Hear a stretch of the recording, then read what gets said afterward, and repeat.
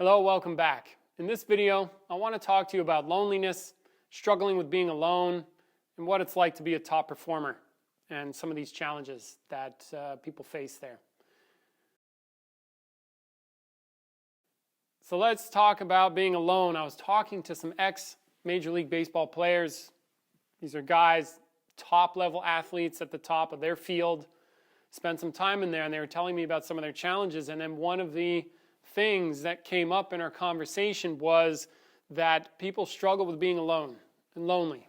Now, all people struggle with being alone and lonely, so let's just put that right there. Like, I don't know one person that doesn't have some struggles with feeling alone or lonely.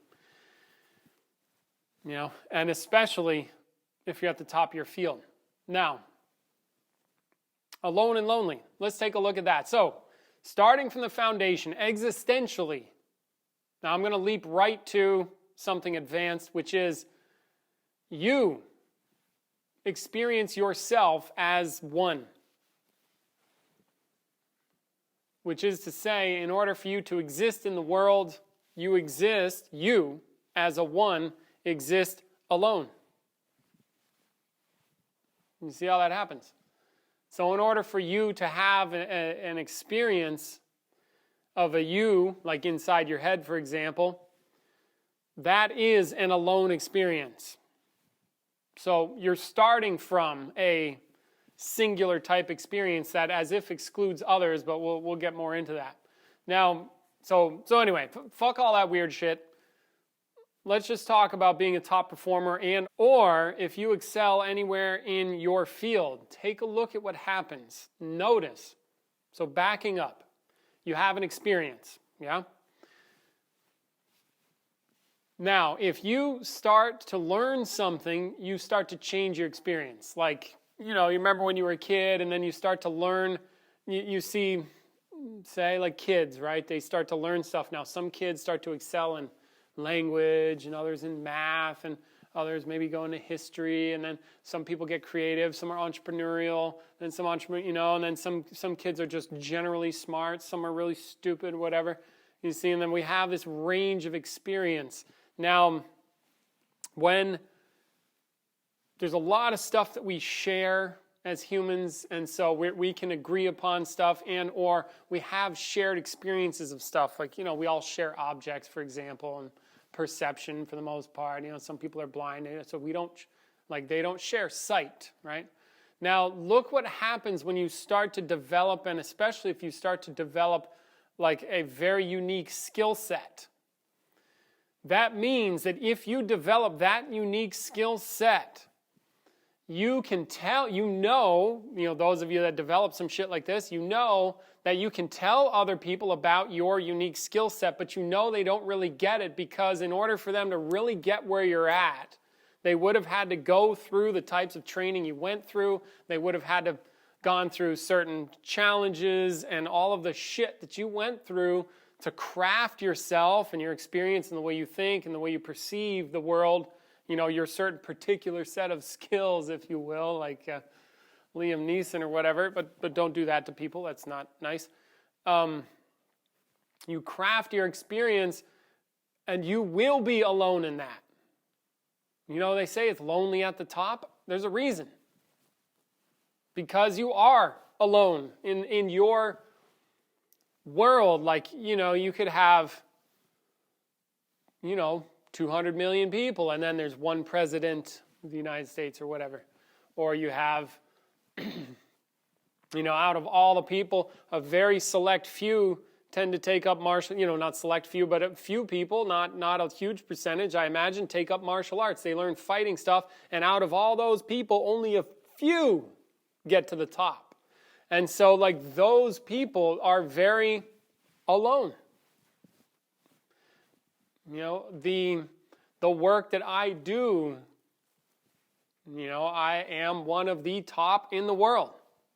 Of course, it's a very fucking small pond, so, hold your horses there. But you see, it's like I am isolated in that sense. I have grasped things that other people have not grasped, and I am certain about it. I'm certain about it. I can see it, and I am alone in that. as a person. My person is alone, you see? Why? Because what am I going to do? Tell you about this specialized knowledge and this consciousness that I have and you're going to grasp it? No. So it's like I only get to experience that. Now maybe some other people can relate.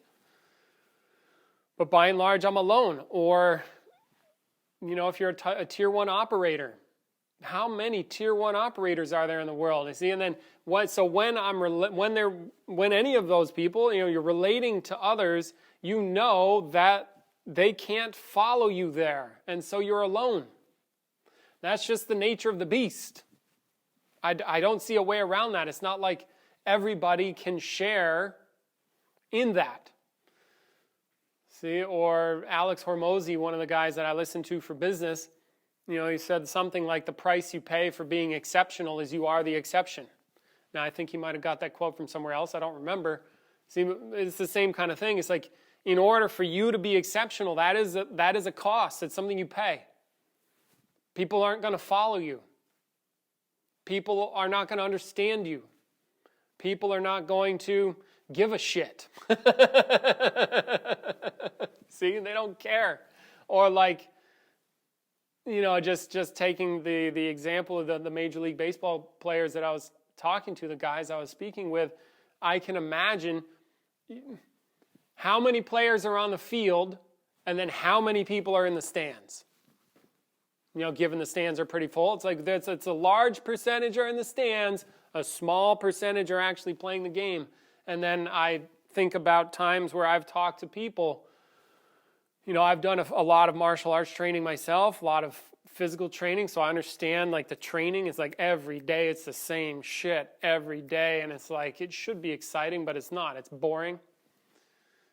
You tracking there? So let's see. So where are we at? So with this aloneness stuff, now you are an exception. And you may have to confront that you are alone in that. And there have been times where I've had to confront this aloneness in myself and overcome it. Get past it, move on, ergo grow up. And, to me it felt like growing up in the sense that I had to stand on my own 2 feet. And I'm working on that. And what do I mean by stand on my own 2 feet? Well, in a weird way, I have spent a lot of my life doing stuff for the approval of others. Or I've noticed times in my life when I've been doing that. It's like, so the task that I'm doing is when I look into my own mind and try to discover what's there. So this is some of the stuff I discovered is like, oh, I'm not doing this just for me. I'm doing this because I need approval. Or I'm doing this because I want the love of my parents or something, psychologically speaking, there's sometimes a little bit of that in there. It's like, dad, mom, do you approve of me? Or family, do you approve of me? It's like that same kind of thing, like somebody else, not me. I'm doing this thing to get approval from the external world so that then I feel better in myself, but it never works. So then I have to confront, wait a minute, that doesn't work. I am alone in this. And then there may be a tendency, I'm alone, now I've got to make a decision. Fuck, what do I do? Do I quit? Do I keep running the same shit? It's not working. Do I grow? What do I do? See, and then there's this possibility of growing out of that where then, don't know if you know this, but the reason that you can you have reasons for why you do stuff in your mind. You have reasons and justifications, and you have a whole story and a world about why you do the things you do, right? Especially stuff you're passionate about. Like I hear one of these guys talking about, I was like, yeah, man, when I'm playing baseball and I'm a kid, it's like, I'm just playing. I love it. But then if you make it a job, now you have to play. See, it's a different deal. So like, so why? But why am I playing? Why am I playing? Well, at first it's fun. Then maybe I'm doing it for the approval. But then if I grow, or if I'm forced to grow, or if I force myself to grow, then I can actually change the whole context in which I'm holding what I'm doing. See, at first I'm holding it in the context of being a kid. It's just a fun game. but then I'm holding it in the context of, oh, this is going to somehow resolve or fix me or something like that, or, oh, I'm going to do it for approval, ergo fix me, like I need approval so that I feel whole and complete. Maybe that's not healthy and I realize that's not working. Good. I can still play the game, just change the context in which I hold it. Now, maybe it's like I'm going to decide to master this thing for myself. You see, then it seems a little more healthier. It seems more powerful in the sense that now I'm the author of my own gameplay rather than running this other shit, this suffering stuff, in my mind about approval and whatever, you see? Because I heard, again, like people, they run into like a crisis point, and I've run into that myself, where it's like this work that I was doing I was doing it for the wrong reasons. And what I mean by the wrong reasons is unhealthy reasons that were trying to resolve me. You see, because I ran into my teacher when I was like 17, and so I had this 17-year-old brain of like, a lot with approval, and I'm somehow broken and I need to fix myself, and so I go on this journey of martial arts and becoming conscious to fix me, but then eventually I realized it wasn't working. And so again, I hit like a crisis. Do I quit? And that crisis in there is a lot of emotional pain, by the way. See, it's like I'm alone in this thing. I've trained myself up to a large degree, but nobody can follow me. Fuck, I'm alone. This hurts. You see? So you can confront that. Now, how do you confront that? Well, something that's useful if you're in a crisis point, something I use is you don't act out the pain, you don't suppress the pain, you just feel it. Just be in pain and enjoy, okay? Fuck, this hurts emotionally. Or it's troubling. Something is troubling. Let it be troubling. All right, good. Say yes to the trouble, not resist. Because you resist the trouble, what are you going to do? I give you 2 days. You'll be bending on alcohol, drugs, whatever. You're trying to get pleasure to kill this pain, so you're gonna probably get a little neurotic or whatever. Something unhealthy will happen. You'll do something unhealthy about it. I wouldn't do that. I would just accept the pain as is. Now, you can question what it is, why it's really there. What's this pain really about? Let me invite you to consider that pain, that emotional shit that you experience about being alone and lonely. It's your mind. Your mind is the problem. Not you. Let's just say who you are is not your mind or your body. All right, just for fun. Consider that who you are, who you really are, is not your mind or your body. So who you are, well, who knows? So we can set that aside. So now, given that's the case, are you your emotions? No, emotions are something you have. So what's the emotion about? What's the pain really about? And I don't mean in a psychological way, although your psychology is affected. I mean, what's there? What's really going on? What's the pain doing? What are you doing with the pain? Why are you doing it? So I can invite you to discover that. So you first, accept your situation. Second, question, what's it really doing there? And third, find out. Okay? Find out the real nature of this pain. And number 4, stop doing that. End it. Then you're not in pain. Accept that you are alone. Accept that you are lonely. And then move past it. Now, in addition, you can look into the aloneness itself. Because in one sense, the only way, now try to follow me on this one, the only way that you can be alone is if you have others. The only way you get to exist is because you have others or not you. You see? There is a relative thing. What the fuck do you call that? A dichotomy? I don't know. You can't have up without down. A relative existence. You cannot have a you without others. So in order for you to be lonely, you have to think you are something that is alone.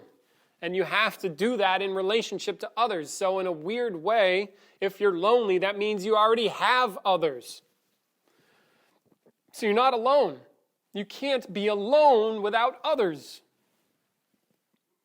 Consider that. Try to get that experientially. Because then you can lighten up on that. It's like, oh, I'm not alone. See?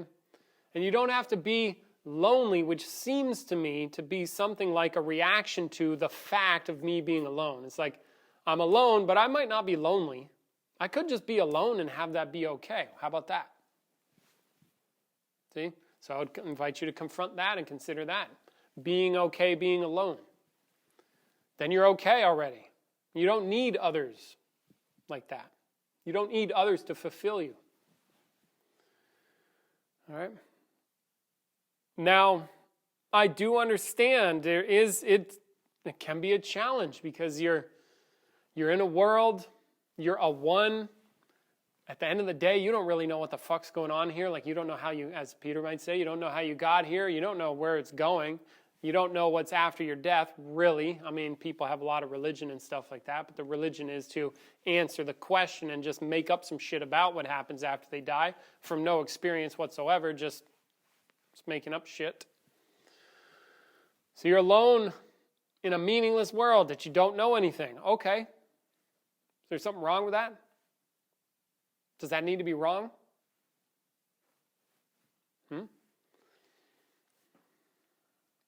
Why is that a problem? Why are you making that a problem? Why not just be happy being alone? Okay. So now, what appears to me that most people do with this kind of stuff is they try to fix this problem. They try, and then what do people do to not feel lonely? Well, they go out, they hang with friends, they distract themselves from that feeling of being alone. Like, you can buy the nice things, drink all the nice drinks, go out to the club or whatever it is you do for entertainment. You see, you go be around people, but even when you're around people, aren't you alone?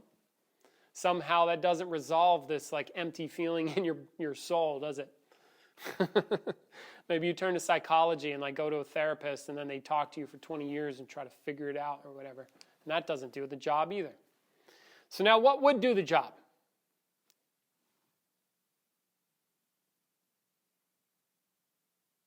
Here's something to consider.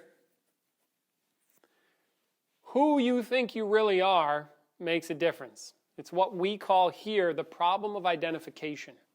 What you identify as you will determine your experience of yourself, life, and others, and all kinds of stuff. Because you is a big part of that. I can see how hard this is to hear. I'm going to say it anyway, though. If you identify yourself as something located somewhere that has qualities that can be alone, then you will be alone. Now, maybe you don't need to be that. Or another way to say it, maybe what you are is already independent of alone or together, independent of relative existence, period.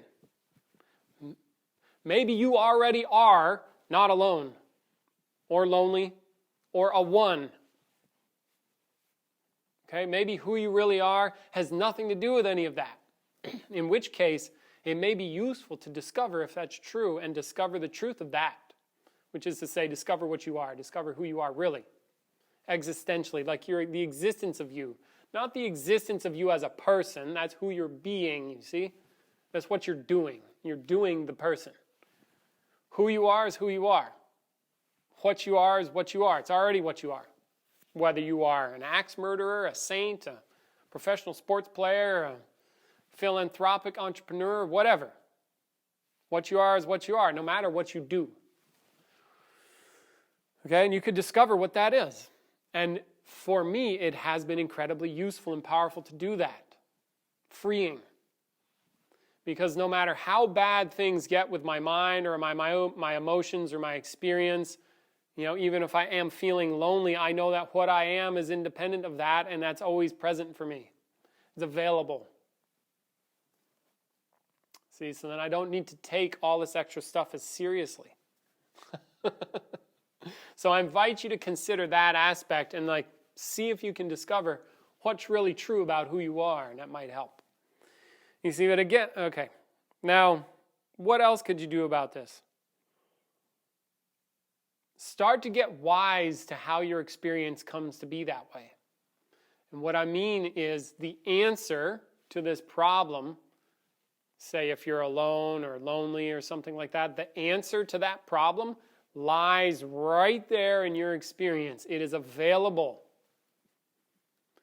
Because it is your experience that we're talking about. We're not talking, and then not necessarily an object. You see, like, does an object make you lonely? Objects don't do that.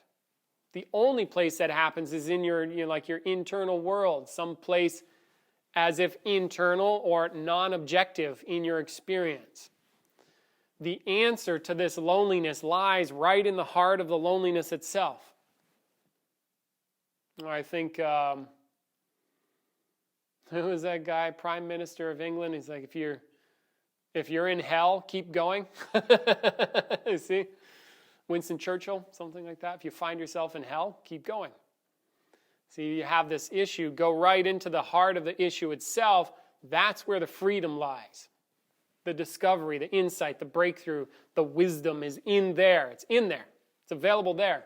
Not in avoiding it, because avoiding it doesn't work. Not in suppressing it, because, you can go ahead if you want. It's up to you. Suppressing it doesn't work either.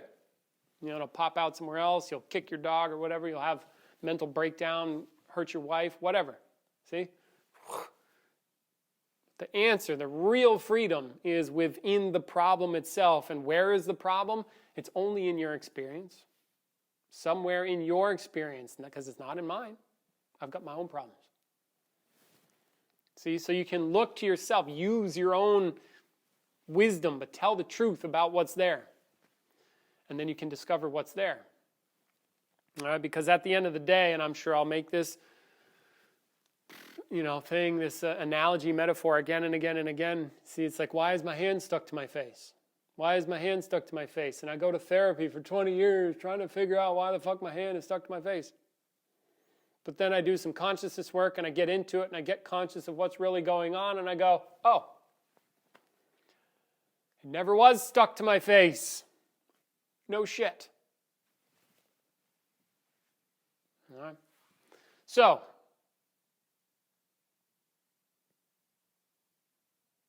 it's just what's going on. Something's going on, and you can discover what that is. Now, about your loneliness, I can't cure that. About your aloneness, I'm not here to cure that. I'm not trying to cure anything.